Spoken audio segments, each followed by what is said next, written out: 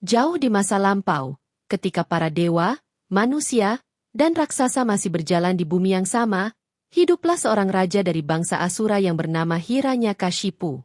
Namanya, yang berarti ranjang emas, mencerminkan kekuasaan dan kekayaannya yang tiada tara. Namun, di balik kemegahan istananya, bersemayam sebuah hati yang dipenuhi dendam kesumat dan ambisi yang membara.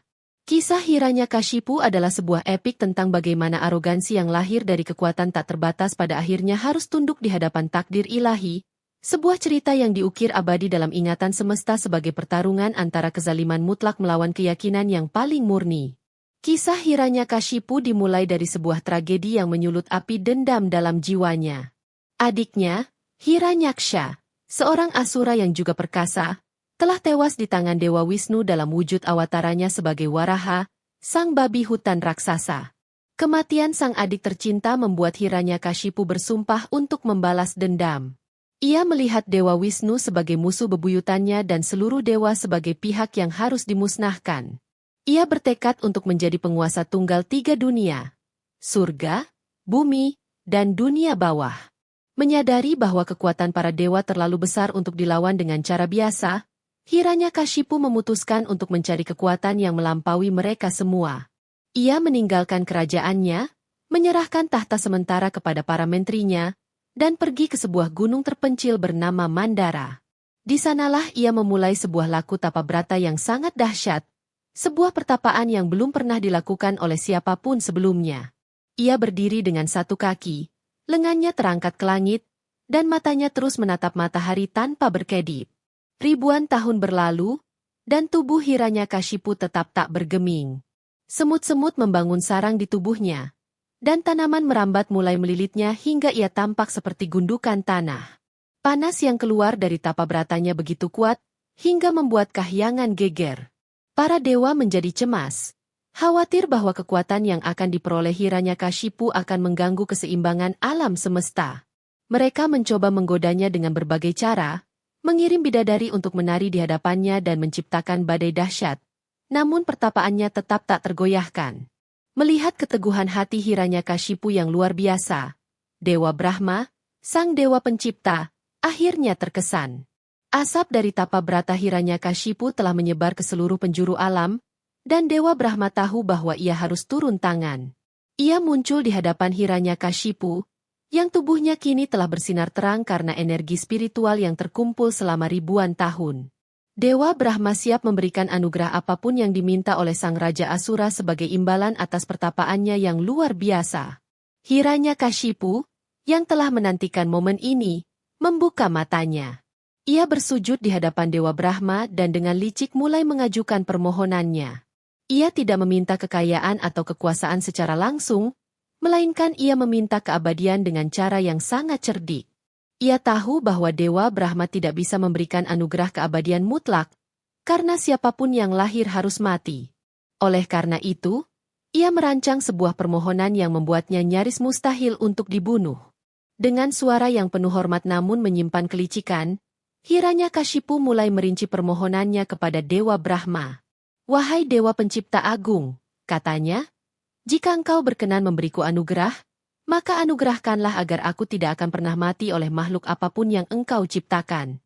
Jangan biarkan aku mati di dalam ruangan ataupun di luar ruangan. Jangan biarkan aku mati di darat, di air, maupun di udara." Ia berhenti sejenak, memastikan Dewa Brahma mendengarkan dengan saksama, lalu melanjutkan, "Jangan biarkan aku mati pada waktu siang ataupun pada waktu malam. Jangan biarkan aku mati oleh senjata jenis apapun, baik yang dilempar maupun yang dipegang. Dan yang terakhir, jangan biarkan aku mati di tangan manusia, dewa, ataupun binatang." Hiranyakashipu tersenyum dalam hati, yakin bahwa dengan syarat-syarat tersebut, ia telah menutup semua kemungkinan kematiannya. Dewa Brahma, terikat oleh janji untuk mengabulkan permintaan sebagai hasil dari tapabrata yang berat, tidak punya pilihan lain. Meskipun ia melihat niat jahat di balik permohonan tersebut, ia berkata, "Tathastu," yang berarti, "Jadilah seperti yang kau minta." Seketika, tubuh Hiranyakashipu pulih kembali. Ia tidak lagi tampak seperti gundukan tanah, melainkan kembali menjadi seorang Raja Asura yang gagah perkasa, kini dengan kekuatan baru yang membuatnya merasa tak terkalahkan. Dengan anugerah di tangannya, Hiranyakashipu kembali ke kerajaannya dan memulai pemerintahannya yang tiran. Ia menaklukkan seluruh dunia dengan mudah. Para raja di bumi tunduk di bawah kakinya. Ia kemudian mengarahkan pasukannya ke Kahyangan, mengusir para dewa dari surga, dan menduduki singgasana Dewa Indra. Ia menyatakan dirinya sebagai satu-satunya Tuhan di alam semesta dan memerintahkan semua makhluk untuk berhenti menyembah para dewa dan hanya menyembah namanya. Kezalimannya tidak mengenal batas. Siapapun yang berani menyebut nama dewa lain, terutama Dewa Wisnu, akan dihukum mati dengan cara yang kejam. Hiranyakashipu melarang semua bentuk ritual keagamaan dan yajna, upacara persembahan. Ia tertawa dalam keangkuhannya, merasa bahwa ia telah berhasil mengelabui takdir dan menjadi penguasa abadi. Alam semesta pun memasuki zaman kegelapan di bawah cengkeraman tiran yang merasa dirinya setara dengan Sang Pencipta. Di tengah puncak kezaliman Hiranyakashipu, sebuah peristiwa tak terduga terjadi di dalam istananya sendiri. Istrinya, Ratu Kayadu, melahirkan seorang putra yang diberi nama Prahlada. Sejak kecil, Prahlada menunjukkan sifat yang sangat berbeda dari ayahnya dan bangsa Asura pada umumnya. Hatinya lembut, penuh kasih sayang, dan ia memiliki ketertarikan yang mendalam pada hal-hal spiritual. Tanpa diketahui oleh Hiranyakashipu, benih keyakinan kepada Dewa Wisnu telah tertanam dalam jiwa Prahlada bahkan sejak ia masih berada di dalam kandungan. Kisah ini bermula ketika Hiranyakashipu sedang melakukan tapa bratanya. Para dewa, yang dipimpin oleh Dewa Indra, menyerang kerajaan Asura. Mereka menawan Ratu Kayadu yang sedang mengandung. Namun, seorang resi agung bernama Narada Muni mencegat mereka. Narada menjelaskan bahwa anak yang dikandung oleh Ratu Kayadu adalah seorang bhakta atau pemuja Wisnu yang agung dan kelak akan menjadi penyebab runtuhnya kekuasaan Hiranyakashipu. Atas jaminan Narada, Ratu Kayadu pun dibebaskan dan tinggal di ashram sang resi hingga Hiranyakashipu kembali. Selama tinggal di ashram, Narada Muni sering memberikan ajaran-ajaran suci tentang keagungan Dewa Wisnu kepada Ratu Kayadu. Prahlada, yang berada di dalam kandungan, ikut mendengarkan dan menyerap semua ajaran tersebut. Oleh karena itu, sejak lahir, hatinya telah dipenuhi dengan rasa cinta dan bakti yang luar biasa kepada Dewa Wisnu. Ia sering terlihat bermeditasi dan melantunkan nama suci, Om Namo Bhagavate Vasudevaya, sebuah mantra untuk memuja Dewa Wisnu. Ketika Prahlada memasuki usia sekolah, ia dikirim ke ashram guru kerajaan bernama Sukracharya, yang memiliki 2 putra, Sanda dan Amarka. Mereka ditugaskan secara khusus oleh Hiranyakashipu untuk mendidik Prahlada menjadi seorang pangeran Asura yang kejam dan membenci Dewa Wisnu. Namun, semua usaha mereka sia-sia. Prahlada tidak hanya menolak ajaran mereka, tetapi ia justru mulai menyebarkan ajaran bakti kepada teman-temannya sesama anak Asura. Suatu hari, Hiranyakashipu memanggil Prahlada ke ruangannya. Dengan bangga, ia mendudukkan putranya di pangkuannya dan bertanya, "Anakku, pelajaran berharga apa yang telah kau pelajari dari gurumu?" Dengan polos dan tanpa rasa takut, Prahlada menjawab, "Ayah, pelajaran tertinggi yang aku pelajari adalah untuk selalu memuja dan menyerahkan diri sepenuhnya kepada Dewa Wisnu." Mendengar nama musuh bebuyutannya keluar dari mulut putranya sendiri, wajah Hiranyakashipu memerah karena murka. Kemarahan Hiranyakashipu meledak. Ia membanting Prahlada dari pangkuannya dan berteriak, "Beraninya kau menyebut nama musuhku di hadapanku? Siapa yang telah meracuni pikiranmu dengan ajaran sesat ini?" Dengan tenang, Prahlada menjawab bahwa Dewa Wisnu ada di mana-mana, termasuk di dalam diri ayahnya, di dalam dirinya, dan di setiap sudut alam semesta. Jawaban ini semakin menyulut amarah sang Raja Asura. Ia memutuskan bahwa putranya sendiri harus diberi pelajaran. Maka, dimulailah serangkaian siksaan kejam yang bertujuan untuk membunuh Prahlada atau membuatnya berhenti memuja Dewa Wisnu.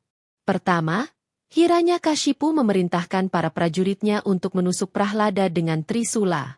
Namun, berkat perlindungan Dewa Wisnu, tidak ada satupun senjata yang mampu melukai kulitnya.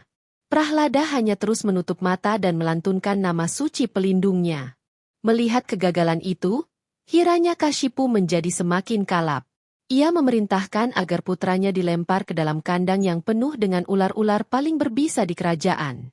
Namun, ular-ular itu hanya mendesis di dekat Prahlada tanpa berani menggigitnya. Seolah-olah mereka melihat aura ilahi yang melindunginya. Prahlada tetap selamat tanpa luka sedikit pun. Keyakinannya pada Dewa Wisnu justru semakin kuat. Hiranyakashipu kemudian mencoba cara lain. Ia memerintahkan gajah-gajah perang terbesar untuk menginjak-injak Prahlada hingga hancur. Namun, saat gajah-gajah itu mendekat, mereka tiba-tiba berhenti dan justru berlutut di hadapan bocah itu, seolah-olah sedang memberikan penghormatan. Hiranyakashipu juga memerintahkan agar Prahlada dilempar dari puncak tebing yang paling tinggi. Namun ia mendarat di tanah dengan lembut seolah ditangkap oleh tangan yang tak terlihat. Setiap kali Prahlada selamat dari siksaan, keyakinannya semakin bertambah, dan kemarahan Hiranyakashipu semakin memuncak. Ia tidak bisa memahami bagaimana seorang anak kecil bisa bertahan dari semua upayanya. Ia merasa dipermalukan dan ditantang oleh putranya sendiri. Kegagalannya membunuh Prahlada menjadi bukti bahwa ada kekuatan lain yang lebih besar darinya. Sebuah konsep yang tidak bisa diterima oleh keangkuhannya. Setelah semua upayanya untuk membunuh Prahlada gagal total, Hiranyakashipu merasa putus asa sekaligus murka. Ia kemudian teringat pada adiknya, Holika. Holika adalah seorang asuri, raksasa wanita, yang juga memiliki anugerah kesaktian dari dewa. Ia memiliki sebuah selendang ajaib yang membuatnya kebal terhadap api. Siapapun yang mengenakan selendang itu tidak akan terbakar meskipun berada di tengah kobaran api yang paling panas sekalipun. Hiranyakashipu memanggil Holika dan menceritakan masalahnya. Ia menyusun sebuah rencana jahat. Holika diperintahkan untuk memangku Prahlada dan duduk di tengah tumpukan kayu bakar yang besar. Setelah itu, tumpukan kayu akan dibakar.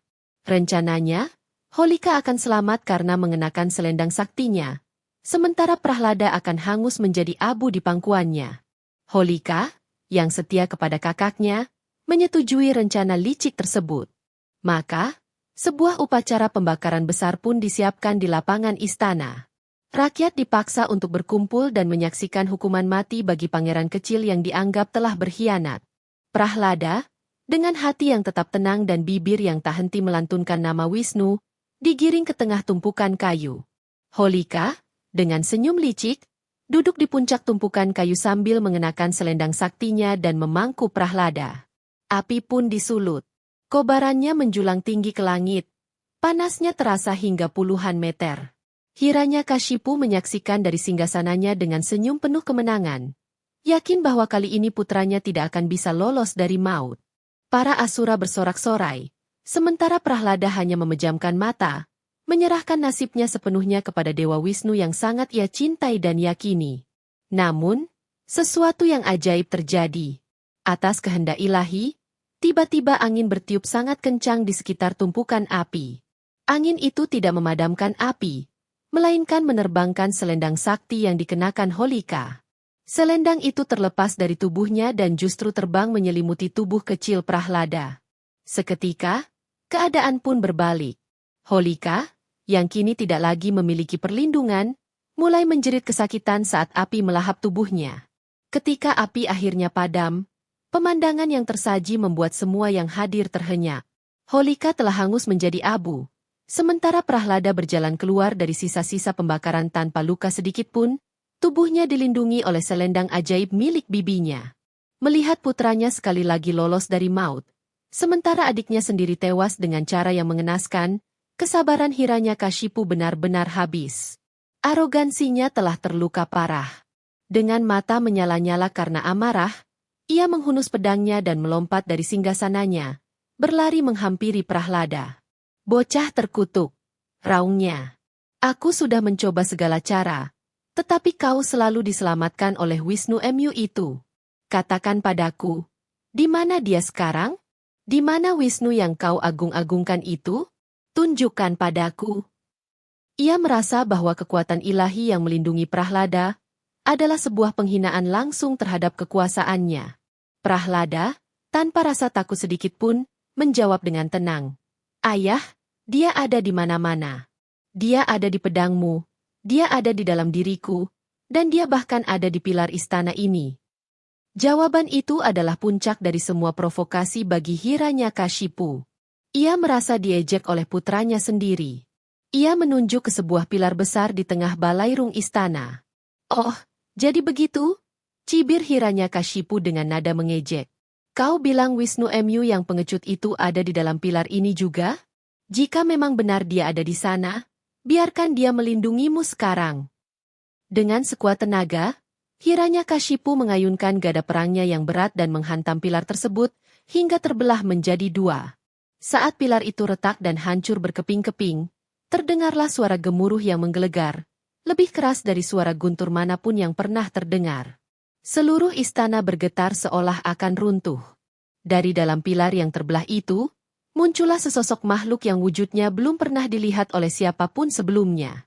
Makhluk itulah yang akan menjadi akhir dari kezaliman Hiranyakashipu. Dari balik reruntuhan pilar, muncullah sesosok makhluk yang mengerikan sekaligus agung. Tubuhnya adalah tubuh manusia, namun kepalanya adalah kepala singa dengan surai yang lebat dan mata yang menyala seperti api. Kukunya panjang dan tajam seperti pedang, dan suaranya adalah auman yang mampu meruntuhkan gunung.